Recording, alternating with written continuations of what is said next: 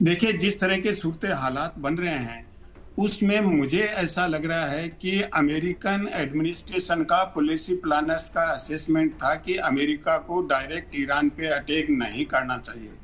और उस असेसमेंट से इजराइल खुश नहीं था। इजराइल चाहता था कि अटैक किया जाए।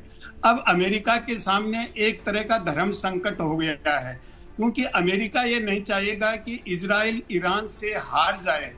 और उधर एडमिनिस्ट्रेशन का यह है कि अगर अमेरिका इन्वॉल्व हो जाएगा तो अमेरिका का नेशनल इंटरेस्ट ज्यादा सर्व नहीं होगा, अमेरिका को नुकसान होगा। तो ऐसे सूरत हालात में अब अमेरिका क्या करे? तो निश्चित रूप से अब अमेरिका को इजराइल के साथ आना पड़ेगा। जब इजराइल हारने की स्थिति में होगा तो अमेरिका निश्चित रूप से इसमें इन्वॉल्व होगा। और इसीलिए आपने बताया कि कतर के जो अमेरिकन बेस है वहां से खाली कर रहे हैं जी उसको। जी। तो ये तो प्रीएम्प्टिव मेजर्स तो लेते हैं, लेकिन ईरान किसी भी अमेरिकन बेस पे पहले अटैक नहीं करेगा। पहले अमेरिका ईरान पे अटैक करेगा, तभी रिटालिएशन में करेगा।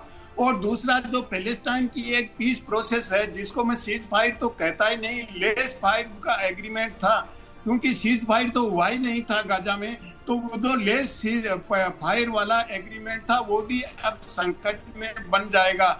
और जो बोर्ड ऑफ पीस की बात की है, उसमें पोप को इनवाइट किया था। पोप ने मना कर दिया कि ये कोई सीज फायर का तरीका नहीं है, ये तो एक देश का है, संयुक्त राष्ट्र संघ के थ्रू होना चाहिए जो कुछ होना है। तो जो पैलेस्टाइन की और गाजा की पीस प्रोसेस थी वो तो संकट में पड़ेगी। उसके अलावा जब रशिया और चाइना को इन्वॉल्व होना पड़ेगा,